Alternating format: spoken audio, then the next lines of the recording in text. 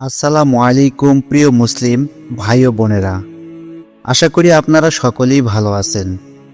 আজকের এই ভিডিওতে রোজার ফজিলত সম্পর্কিত 7টি হাদিস তুলে ধরা হলো, যা আমাদের সকলের জানা দরকার।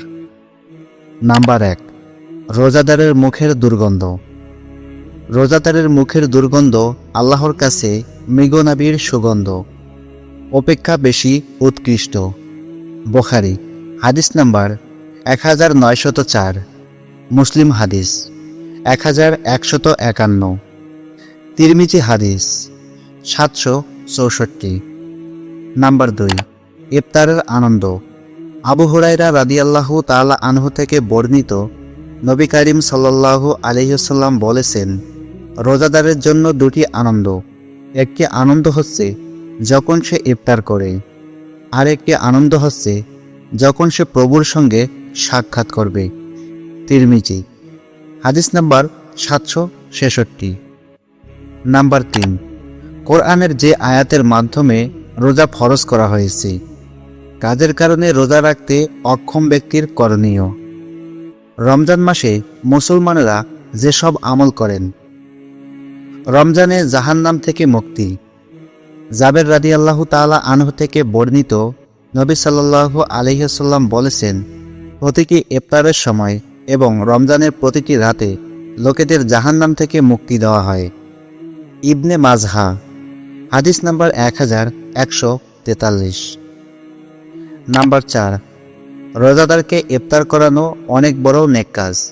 রাসূল সাল্লাল্লাহু আলাইহি ওয়াসাল্লাম বলেছেন, যে ব্যক্তি কোনো রোজাদারকে ইফতার করাবে, তার জন্য রোজাদারের প্রতিদান সমান প্রতিদান দেওয়া হবে এবং রোজাদারের প্রতিদানের থেকেও কোনো প্রতিদান কমানো হবে না।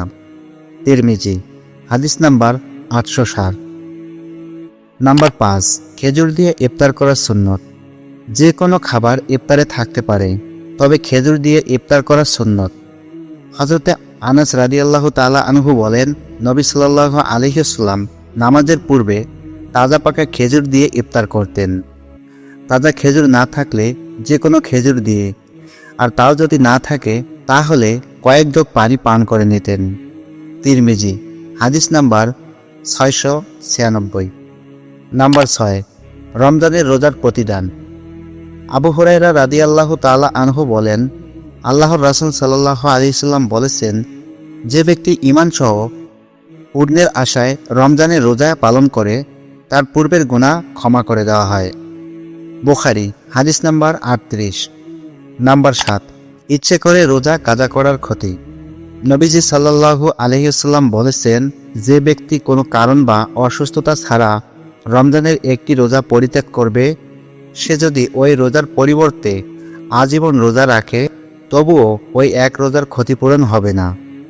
তিরমিজি হাদিস নাম্বার 723। ভিডিওটি অন্য মুসলমান ভাই ও বোনের কাছে পৌঁছে দেওয়ার অনুরোধ রইল। ভিডিওটি ভালো লাগলে একটি লাইক দিও।